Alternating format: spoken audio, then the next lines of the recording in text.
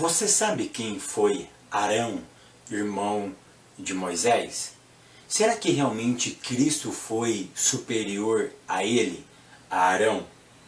Qual foi o sacrifício que Jesus fez para que ele fosse chamado sumo sacerdote? No que ele foi maior então do que Arão, o grande sacerdote? Essas e outras questões serão respondidas nesta videoaula, então não percam!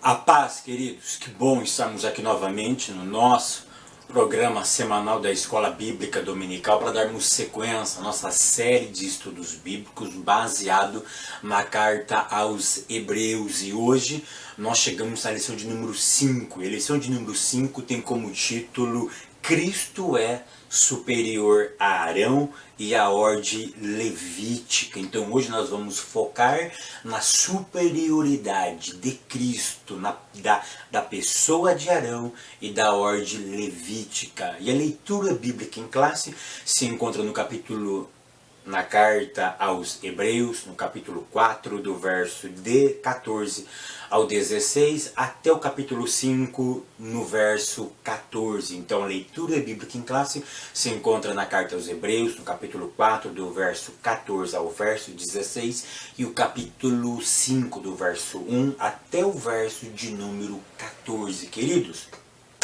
antes de continuar a aula aqui, eu queria dar a grande notícia, tá? Eu queria que vocês clicassem no link aqui embaixo, tá? Para conhecer a assessoria teológica online, tá?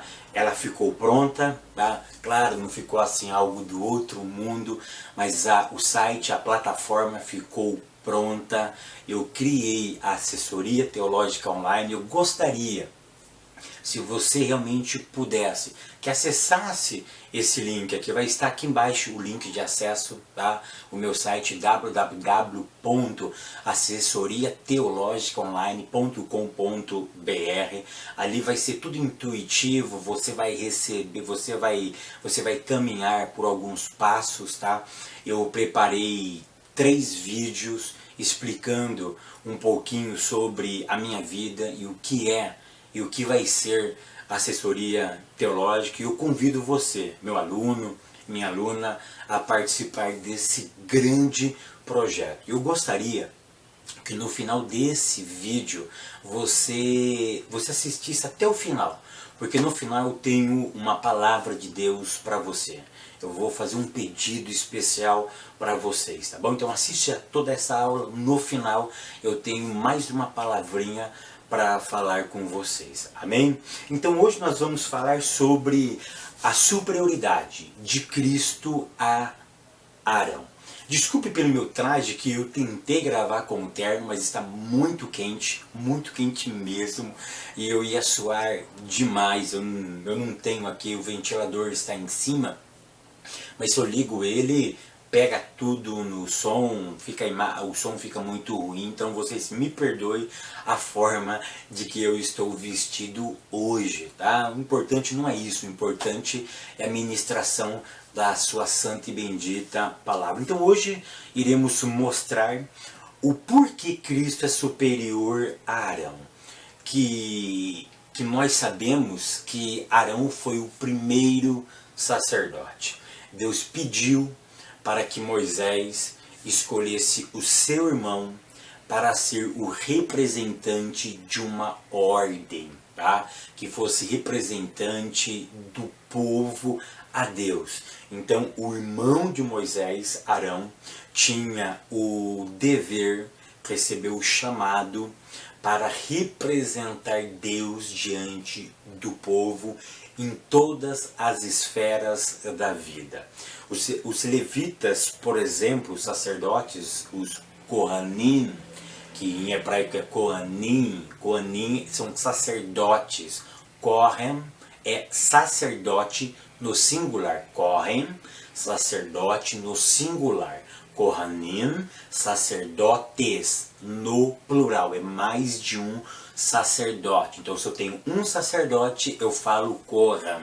Se eu tenho vários sacerdotes, eu falo Kohanim. Se eu tenho o grande sacerdote ou o sumo sacerdote, eu falo Kohen Hagadol, o grande sacerdote, sacerdote grande. Por isso que a gente fala sumo sacerdote. Sumo sacerdote é o grande, o máximo, tá?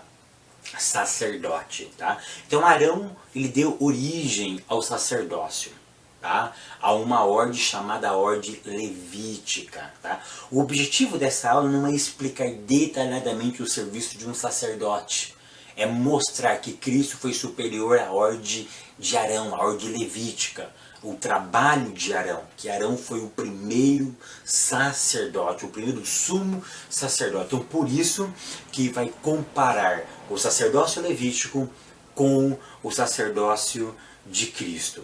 Mas o que eu quero perguntar para vocês no início, quais foram as falhas que Arão cometeu para que Cristo fosse superior a ele? Porque nós sabemos de uma coisa, Cristo não errou em nada.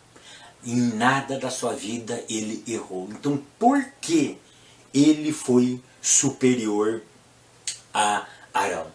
O que Arão fez de errado no seu serviço que fez com que ele fosse inferior a Cristo? Ora, olha que interessante, quem é que pediu para ter sacerdote? Não foi o povo, foi Deus. Quem que mandou matar animal? Foi o povo, não foi Deus. Então preste atenção no que eu vou dizer, porque algo que Deus pede para fazer, agora ele apresenta um que é maior aquilo que ele mesmo tinha pedido para fazer. Parece que não tem lógica, né? Olha só, quem pediu, quem que fez os rituais? Quem instituiu a oferta pacífica, o holocausto, as ofertas de manjares? Foi o próprio Deus. Como que agora ele vai apresentar um que é maior daquilo que ele mesmo fez? Parece que não tem nexo, né? Mas é justamente isso que nós vamos tentar desvendar aqui nessa nossa aula. Na minha introdução também vale salientar que em nenhum momento o autor aos Hebreus ele menospreza o trabalho e a vocação de Arão. Irmãos, pelo amor de Deus, ele não está menosprezando nem o trabalho e nem a vocação de Arão. Tá? Uma outra coisa que eu quero salientar ainda na nossa introdução é que ainda temos que salientar dois princípios básicos que precisam ser observados para o ofício de um Kohen, para o ofício dos Kohanim. Quais são esses dois princípios, Fábio? Primeiro princípio, tinha que ter a capacidade de compadecer das pessoas, de condoer-se, de exercitar misericórdia. E outro princípio era, tinha que ser uma pessoa que tivesse sido escolhida diretamente por Deus. Então esses dois princípios, eles são patentes, tá? Quais são esses princípios? O princípio da capacidade de compadecer e ter uma vocação específica para esse trabalho. Tópico primeiro, um sacerdócio superior quanto à qualificação. Ponto 1. Por representar melhor os homens diante de Deus. Basicamente, qual era o serviço de um sacerdócio? Era um intermediário. O que é um intermediário? Ele fica no meio, entre duas pessoas. Ó, e aqui é o sacerdote, está no meio, entre Deus e o homem. Ele é o leva e traz, ou o traz e leva. Ele pode tanto levar dos homens para Deus, quanto que ele pode trazer de Deus para os homens. Ou seja, ele é um intermediário, ele fica no meio. Tudo tem que passar por ele. Ele é a ponte, ele é o elo que liga o humano ao divino, ou o divino ao humano. Se o homem quer chegar a Deus, ele passa pelo sacerdócio. Se o Eterno quer se comunicar com o homem, passa pelo ministério sacerdotal. Então, basicamente, esta era a função de um sacerdote, de um Kohanim, tá? De intermediar, de fazer a intermediação entre Deus e os homens. Tá? O verso 1 do capítulo 5 de aos Hebreus, nós temos dois conceitos importantíssimos.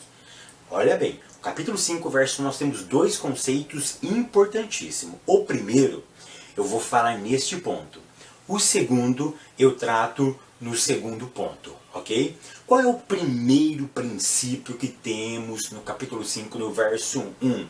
Primeiro princípio, tomado entre os povos. Tá? Esse é o princípio básico. Por quê? Porque se você ler o capítulo 5, do verso 1 ao 4, ele vai trabalhar dois princípios. O primeiro princípio é ter uma vocação. E o segundo princípio é exercer misericórdia. Aí do verso 5, a partir do verso 5, ele mostra que Cristo cumpriu esses dois requisitos. Que ele tinha capacidade de compadecer-se, e ele explica o motivo por que ele tinha essa capacidade e que ele foi escolhido pelo Eterno. Isso é super interessante. Então, no capítulo 5, do verso 1 ao 4, ele mostra os princípios para ser um sacerdócio. Que para ele é dois princípios básicos. É claro, queridos, que ele tinha que ser da tribo de Levi. Isso é claro. Mas nem todos da tribo de Levi seriam sacerdote. Então perceba que até dentro da tribo, nem todos exerceriam o sacerdócio. Por quê? Porque tinha que ser escolhido. É isso que ele está mostrando aqui. Então no ponto 1, tá? Nós temos aqui a ideia do princípio de ser tomado dentre os homens. Olha o que diz Hebreus capítulo 5, verso 1, diz assim, ó, porque todo sumo sacerdote, tomado dentre os homens. Olha que interessante. O princípio aqui tem que ser tomado dentre os homens. Sabe o que eu aprendo aqui? Que o sumo sacerdote ele não poderia ser de natureza angelical. Deus poderia muito bem ter tomado um anjo. Nós já trabalhamos isso, tá? Quando nós falamos sobre a natureza de Cristo. Cristo não tomou a natureza de um anjo, ele tomou a natureza de um homem. Porque foi o homem que pecou.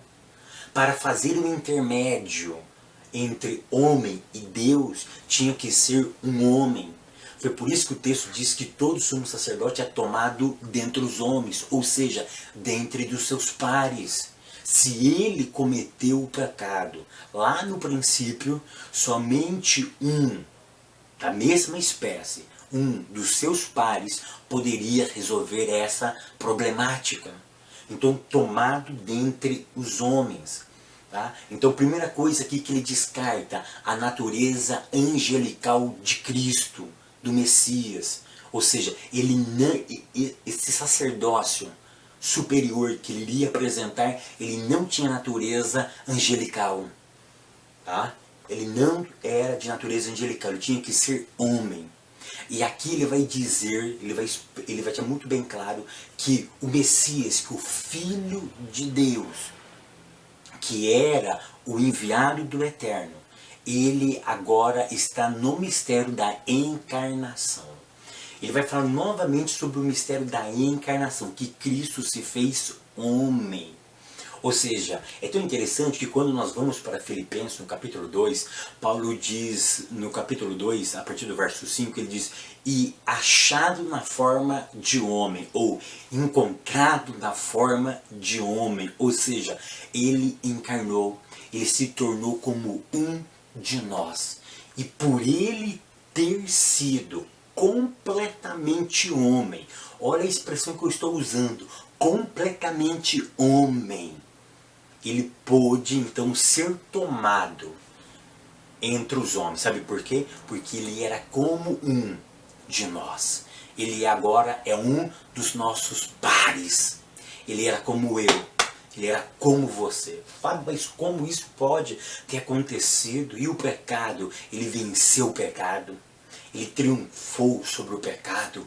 O pecado não acabou com a história dele. O pecado, ele sofria as consequências de um pecado que eu tinha cometido, mas ele mesmo não foi.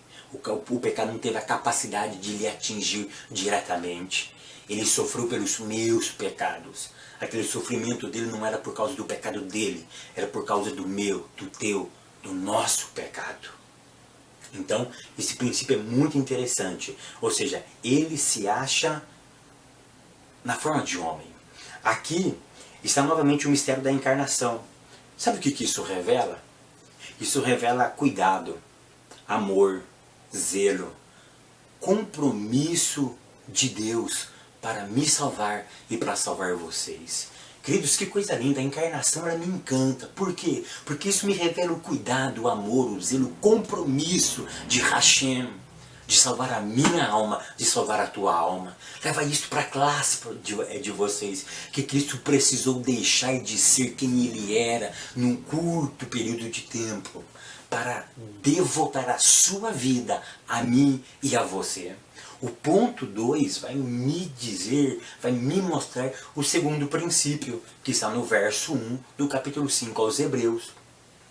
O ponto 2 diz assim: por compreender melhor a condição humana. Então, por que Cristo era superior a Arão? Segundo ponto, porque ele tinha a condição melhor de compreender a condição humana. Tá? Por compreender melhor a condição humana. Aqui temos... Opa, deixa eu voltar aqui. Aqui temos o segundo conceito. Então esse conceito é a capacidade de exercer misericórdia. Então olha que interessante. Para ser sacerdote tinha que ser tomado dentre os homens. Tinha que ser homem, não podia ser anjo. Tá? Então olha só, Arão foi tomado dentre os homens. Arão era da espécie, era dos mesmos pares. O segundo princípio, a capacidade de compadecer-se, a capacidade de exercer misericórdia.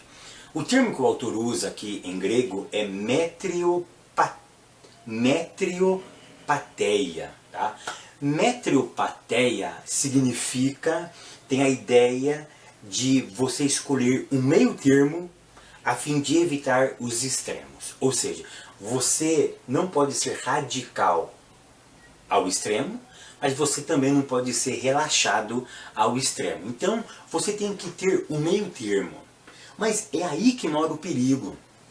Tá? Eu tenho que entender essa expressão meteoropateia para eu não pensar dentro da cultura brasileira. Por quê? Porque na cultura brasileira, o que é um meio termo? O meio termo pode ser o jeitinho brasileiro. Tá? Eu preciso ser maleável. Vamos encontrar um meio termo aqui. Por exemplo, nós vamos resolver uma briga, um problema, uma discussão. Tá? Então eu vou arrumar um meio termo para solucionar essa problemática. Então eu encontro um caminho que você não vai perder tudo, você não ganha tudo, mas também não perde tudo. E você também não vai ganhar tudo, mas também não vai perder tudo. Ou seja, vai ser um meio termo. Você nem ganha e nem perde, tá? Vai ficar mais ou menos. Então temos que tomar cuidado que essa expressão, um meio termo, não podemos pensar como na cultura brasileira, tá? Que eu posso pensar do jeitinho brasileiro, vou arrumar um meio termo, um escape para resolver essa problemática. A melhor ideia para eu explicar isso, esse conceito, ele está certíssimo. A palavra metriopateia tem a ideia de escolher um meio termo a fim de evitar os extremos. E o que significa então a expressão meio termo aqui? A expressão meio termo aqui significa manter o equilíbrio, não perder a sensibilidade. Ou seja, o sacerdote ele não poderia, em momento algum, no exercício da sua intermediação entre Deus e os homens, ou entre os homens e Deus, perder a sensibilidade.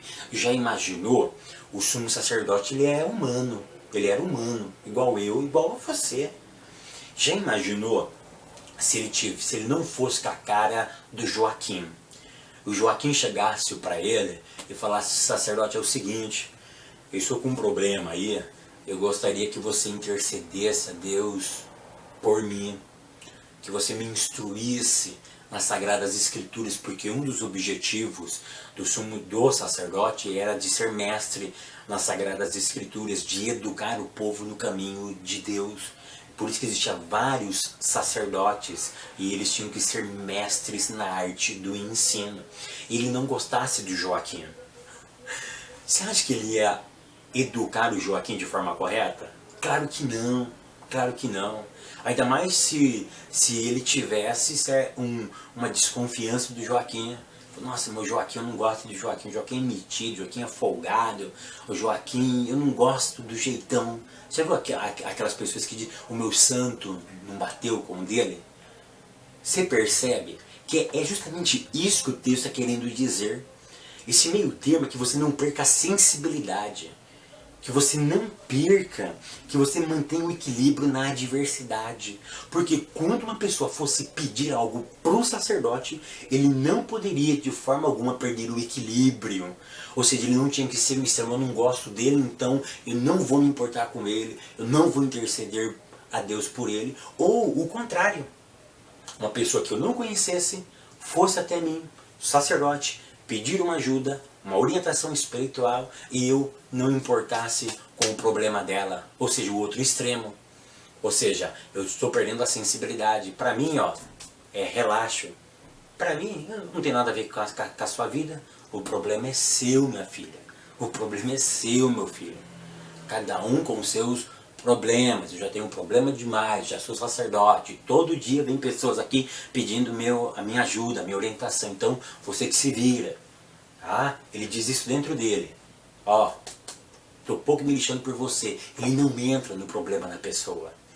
Então, como ser humano, os sacerdotes em algum momento agiam dessa forma. Porque se eu fosse sacerdote, se vocês fossem sacerdote, nós agiríamos assim também, queridos. Eu não posso culpá-los. Por quê? Porque eles eram homens. E o pecado operava na vida deles também. O pecado ficava maquinando na vida deles também. Às vezes nós também nos pegamos assim. Às vezes não gostamos de Bertano, não queremos ajudar Ciclano, não oramos pelos nossos desafetos. Por isso que Jesus disse para nós orar por aqueles que nos odeiam, para tentar tirar o ódio do nosso coração, se possível, vivermos todos em harmonia. Tá? Então essa que é a ideia. Cristo foi superior a Arão justamente por causa disso. Porque Cristo ele não perdeu a sensibilidade na hora da dificuldade. Ele manteve o equilíbrio. Então é isso que faz com que Cristo seja superior a Arão. Tá? Toda essa aula minha está no meu blog. Tá? O link do blog está aqui, você entra no blog e você tem acesso à aula inteira. Tá? Ponto 3. Pela posição que exerceu. Aqui o autor deixa claro que ser sacerdote não é para quem quer, mas é para quem Deus chama. O ponto 3 ele é super interessante. Por quê? Queridos, o ponto 3 ele é fantástico. O ponto 3 diz assim: pela posição que exerceu. Aqui ele vai trabalhar justamente a ideia de que o sacerdote não é para quem quer, mas é para quem Deus escolhe. O versículo 4 vai ter muito bem claro isso. Olha o que diz o versículo 4. E ninguém toma para si essa honra senão o que é chamado por Deus, como Arão. Ele especifica, ele não menospreza, ele exalta Arão, que foi escolhido pelo Eterno para possuir essa honra. Aqui tem um princípio muito interessante. Nós não somos sacerdotes levíticos, mas o princípio que o autor estabelece aqui é o princípio do chamado. Ou seja, eu exerço alguma coisa não porque eu quero, não porque eu tenho vontade simplesmente, mas porque eu preciso ser chamado. Uma coisa que eu preciso salientar aqui é que ministério não é profissão. eu não aprendo profissionalmente, eu não exerço isso por questões financeiras, eu exerço isso por vocação. Eu faço isso não profissionalmente, mas eu faço isso motivado pelo meu chamado. E esse meu chamado não nasce dentro de mim exclusivamente, ele nasce no coração do Eterno. O Eterno colocou dentro de mim e isso é um fogo que consome. Eu já tentei deixar de fazer isso, mas eu não consigo. Sabe por quê? Porque esse fogo me consome. Eu tenho certeza que muitos de vocês já tentaram de deixar de dar aula, mas sabe por que vocês não conseguem? Porque isso é um fogo que te consome. Isso é um chamado. Isso é um legado que Deus te deu. E eu acho super interessante que o autor vai salientar justamente isso. Não é para quem quer, é para quem Deus escolhe. E Deus tinha escolhido Arão. E da mesma forma escolheu a Cristo. Ou seja, eles não quiseram por vontade própria ser. Foi o Eterno que quis. Isso é fantástico. Infelizmente, nós vemos hoje pessoas querendo ser e conseguem. Tem pessoas que estão hoje no poder e não são chamados. Hoje temos pastores que não são chamados, mas estão no pastorado. Temos hoje líderes de grande expressão que não são chamados, mas estão lá. Temos pastores presidentes que não foram chamados, mas estão lá. Por quê, Fábio? Por cunha, por amizade, por hereditariedade. Não, hereditariedade, me entenda, é que o pai passa para o filho passa para o neto, e aí vai aquela sucessão familiar. É como uma monarquia, e não funciona assim. Tá? As pessoas podem estar, mas não são chamados. E aí eles aprendem a fazer, mas não são vocacionados pelo Eterno. Tópico de número 2. Um sacerdócio superior quanto ao serviço. Ponto 1. Pela realeza e o propósito pelo qual viveu. Aqui o autor deixa muito bem claro o princípio da encarnação de Cristo. O autor, nesse ponto, ele vai citar 2 textos bíblicos. Ele cita o Salmo 2, verso 7, e depois ele cita o Salmo 110, verso 4. No Salmo 2, verso 7, ele cita o texto que eu hoje te gerei. Tá? E no Salmo 110, verso 4, ele vai citar que Cristo é segundo a ordem de Melquisedeque. O que o autor aos Hebreus ele tem a intenção de mostrar o Salmo 2, verso 7 e o Salmo 110, verso 4. Olha que interessante. A ideia dele aqui é muito simples e objetiva. Ele está mostrando que, porque todos os judeus, todos os rabinos, são de comum acordo, que o Salmo 2, verso 7 fala do Messias. Tá? Fala do Messias. Então preste atenção no que eu vou dizer. Ele está afirmando que o Messias tem uma filiação divina. Eu vou reafirmar o que eu vou dizer. O Messias tem uma filiação divina. Salmo 2, verso 7. Quando ele reporta para o Salmo 110 e o verso de número 4, ele está dizendo que esse Messias, do Salmo 2, verso 7, que tem a origem divina, ele agora vai ser encontrado como homem e achado na condição de homem, vai exercer um ministério sacerdotal superior ao de Arão. Ou seja, ele está mostrando os 2 lados desse Messias. O Messias de origem divina exercendo um ministério humano, exercendo um ministério terrestre, que é o ministério sacerdotal. Porque para ser sacerdote tinha que ser tomado dentre os homens, tinha que ser homem, não podia ser Deus, não podia ser de natureza angelical, tinha que ser homem.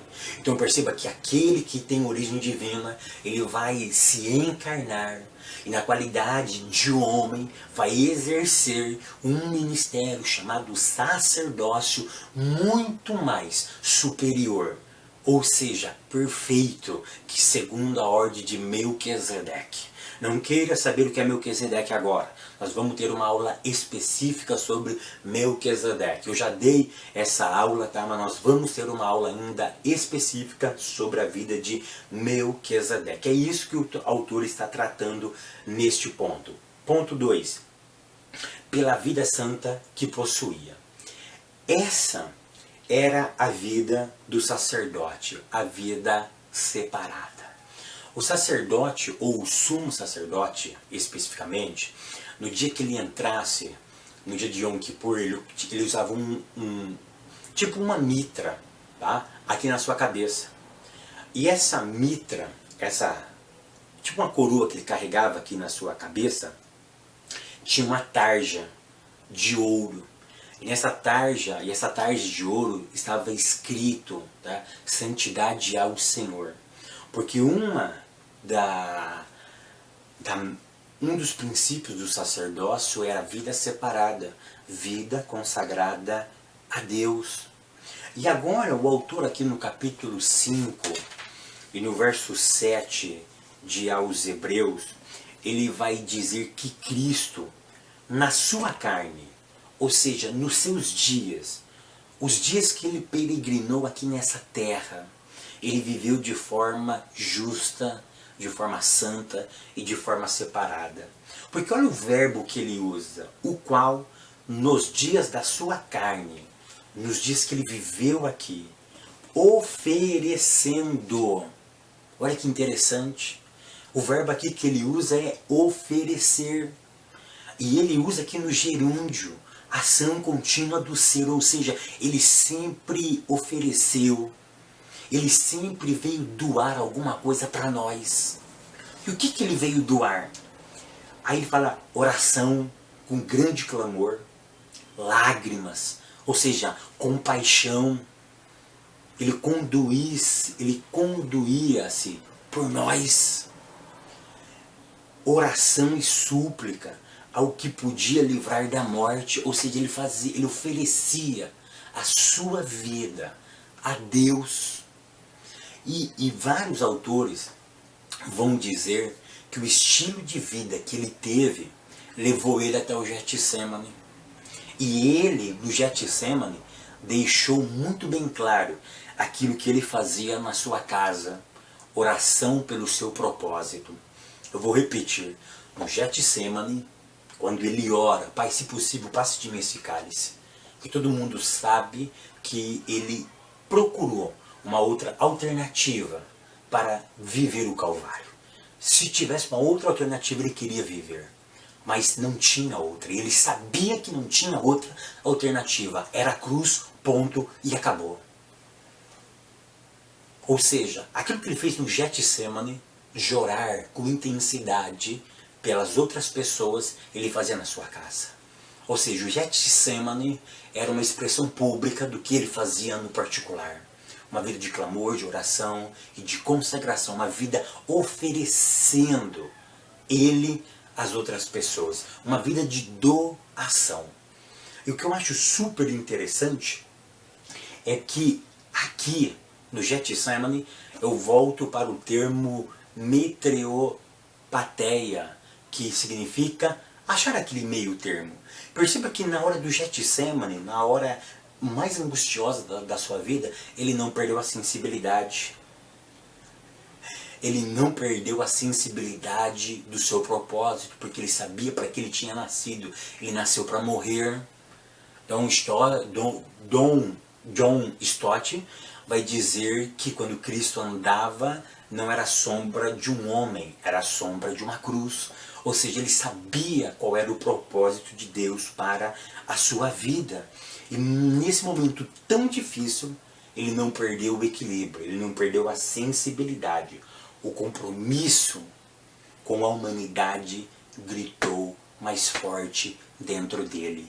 E ele falou, Pai, eu sei que não tem, eu estou lutando como homem, mas eu aceito então esse propósito. e eu vou então para a cruz. Cruz, me espera, que eu estou chegando aí.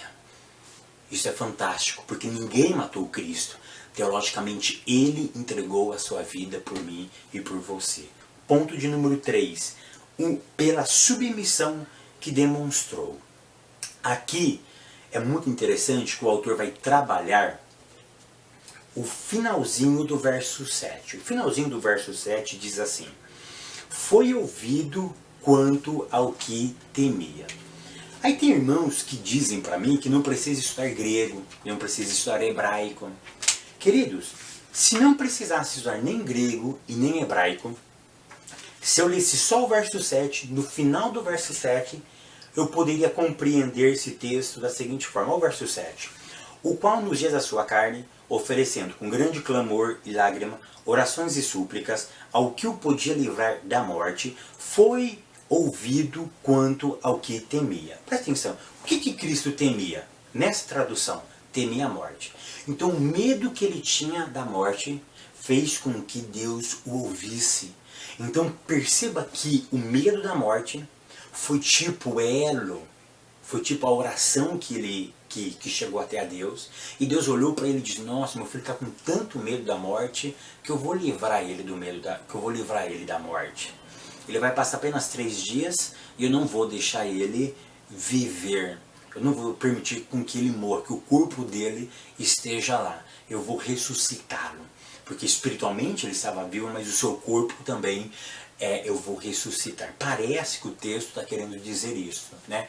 Mas no original grego não significa isso daí. A melhor tradução no original grego significa tendo sido ouvido por causa da sua piedade. A palavra aqui é eulabeia. E eu mergulhei nessa palavra nas minhas fontes que eu tenho aqui. E essa expressão, é claro que isso aparece, eu confirmei isso, tá? Nos melhores dicionários, não são todos, tem uns que não tratam isso. Nos melhores dicionários, realmente, só aparece em 2 lugares a expressão eulabeia. E justamente aqui, como o autor fala de forma perfeita. E é tão interessante que por quê? Porque a expressão eulabeia, num grego mais arcaico, ela tinha essa ideia mesmo de medo, de trazer pavor. Mas essa expressão, ela foi sendo aprimorada e ela pegou a ideia de piedade, de vida devocional a uma divindade. Então olha que interessante, eulabeia significa isso mesmo, devoção a uma divindade. Ou seja, Cristo, ele foi ouvido não pelo medo da morte que ele tinha, exceto que ele tinha, é claro. Eu já falei 300 vezes isso nas minhas videoaulas, que Cristo sentiu pavor sim. Ele queria não passar por aquela dor, pela morte, daquela forma. Mas perceba que não foi o medo da morte que fez Deus ouvir a sua oração. Foi o seu estilo de piedade que fez Deus fazer com que que o seu corpo não vivesse, não sofresse a condenação do pecado no seu próprio corpo, a degradação do seu corpo, tá? Ou seja, o seu corpo literalmente não chegou a se transformar em pó. O seu corpo uniu-se ao pó, porque isso é bíblico, tinha que se cumprir, tá? Volta ao pó, ou seja, mas não se transformou em pó. Presta atenção, o corpo de Cristo vai ao pó, mas não se transforma em pó. Uma vez eu expliquei isso, os irmãos ficou doido comigo, me acharam de herético. Queridos, a palavra tinha que se cumprir, ele era um de nós, ele tinha que morrer. O homem está sujeito a morrer uma vez só. Para onde que vai o seu corpo? Para o pó. O nosso corpo vai se transformar em pó. O de Cristo não se transformou em pó, ele voltou ao pó. Ele voltou ao pó. Ele teve contato com o pó. Você percebe que a ideia é essa? Fabião, mas ele ficou enrolado. Eu sei, querido, mas a ideia era de sepultamento. A ideia é justamente essa. Ou seja, ele tem que voltar. Ele tem que morrer.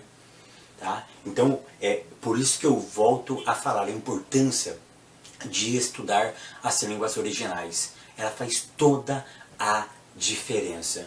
Tá? Faz toda a diferença. Tópico de número 3. Um sacerdócio superior quanto à importância teológica. Ponto 1. A doutrina transcendente. O que é transcendente? Aquilo que vai além da minha capacidade de entender. Agora o autor vai deixar muito bem claro nos versos 11 a seguir, até o verso 14, o que? A falta de maturidade daqueles irmãos. Eles estavam perdendo, eles estavam deixando de crescer. Então, agora o autor vai mostrar o quê? Que essa doutrina era transcendente. Por que ela era transcendente? Porque aqueles judeus ainda não estavam entendendo. Transcende aquilo que é maior do que eu entendo. Porque os judeus estavam vivendo ainda a época dos sacerdotes. Se os judeus fossem até Jerusalém, quem que eles iam encontrar no templo? Os Kohanim, exercendo o sacerdócio. Na época de Cristo tinha sacerdote. Na época de Cristo tinha sacrifício. Olha que interessante, Cristo morre, os sacrifícios continuam. Esses judeus estavam vivendo antes. Essa carta foi escrita antes da destruição do templo, provavelmente. Ou seja, o templo estava em atividade, tinha sacerdócios, tinha pessoas exercendo o sacerdote ainda, tinha animais sendo mortos. Então para eles era muito mais fácil ir até Jerusalém, olhar um sacerdote executando a sua tarefa, do que acreditar que esse Messias, que esse Jesus, entender que ele fez um sacrifício único e definitivo. Você percebe que isso é transcendente? E eu não culpo eles, porque às vezes eu e você temos a dificuldade de acreditar que Deus está na igreja, por exemplo. Que Deus trabalha na minha e na tua vida. Ou seja, às vezes o cotidiano da vida tira o foco de que Deus trabalha para aqueles que nele esperam. Eu preciso acreditar que Deus está além do meu mundo e da minha vida. Eu não culpo eles, porque às vezes nós também não entendemos a transcendência de Deus. Porque nós estamos olhando no aqui e no agora. E Deus está em outro mundo.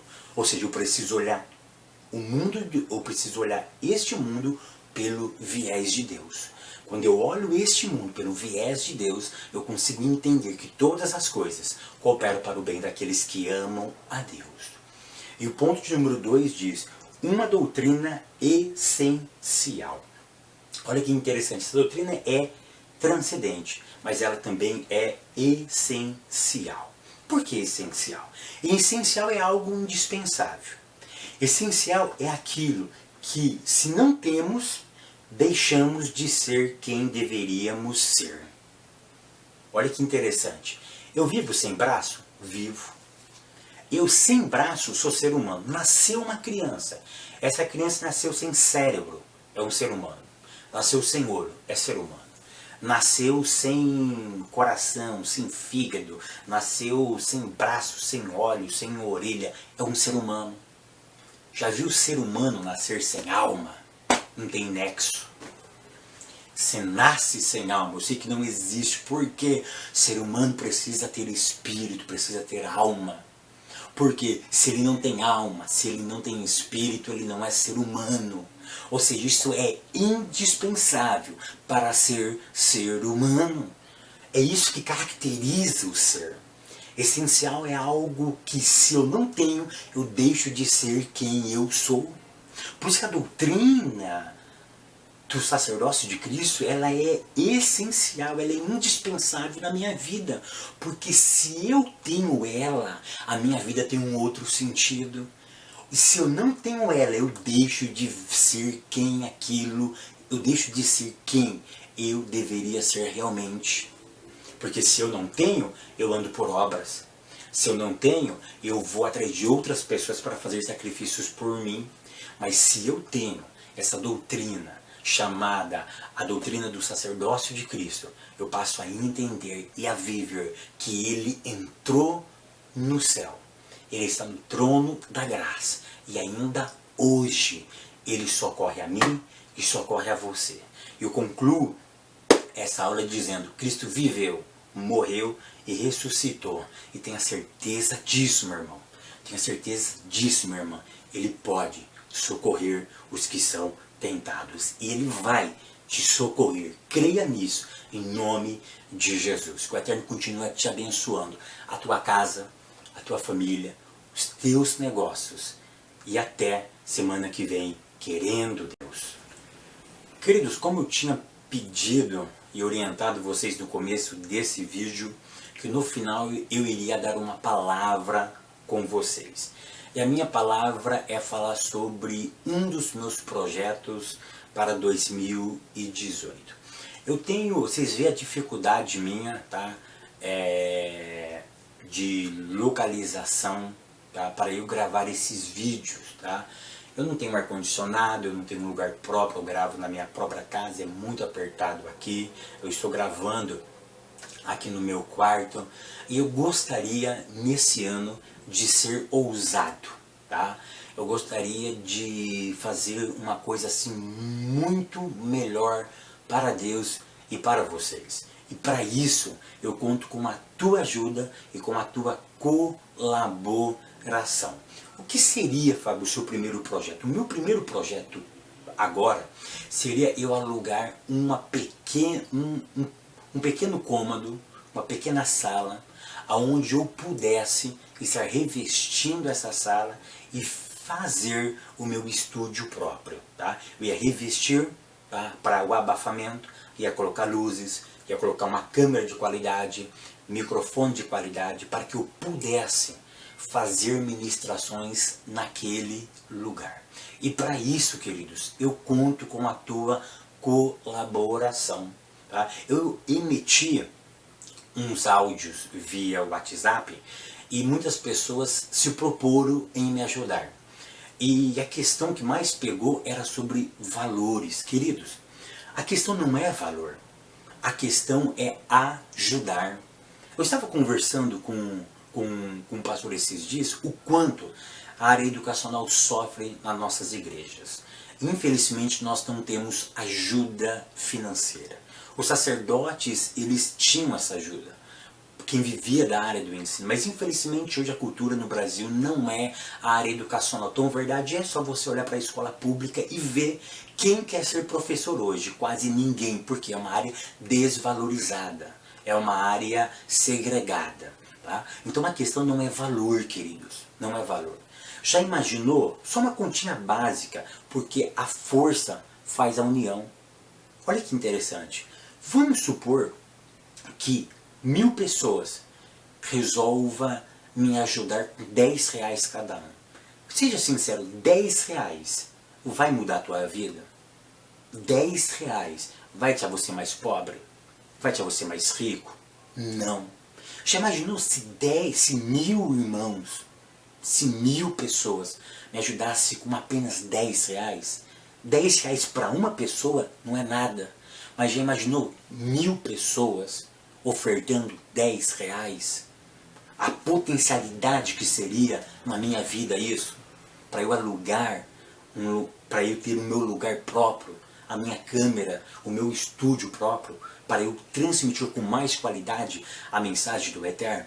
Então esse é o meu projeto para 2018, é um deles, que quando eu conseguir realizar esse projeto, eu vou vir aqui e vou mostrar para vocês o que eu consegui, o que vocês me ajudaram a fazer isso, tá?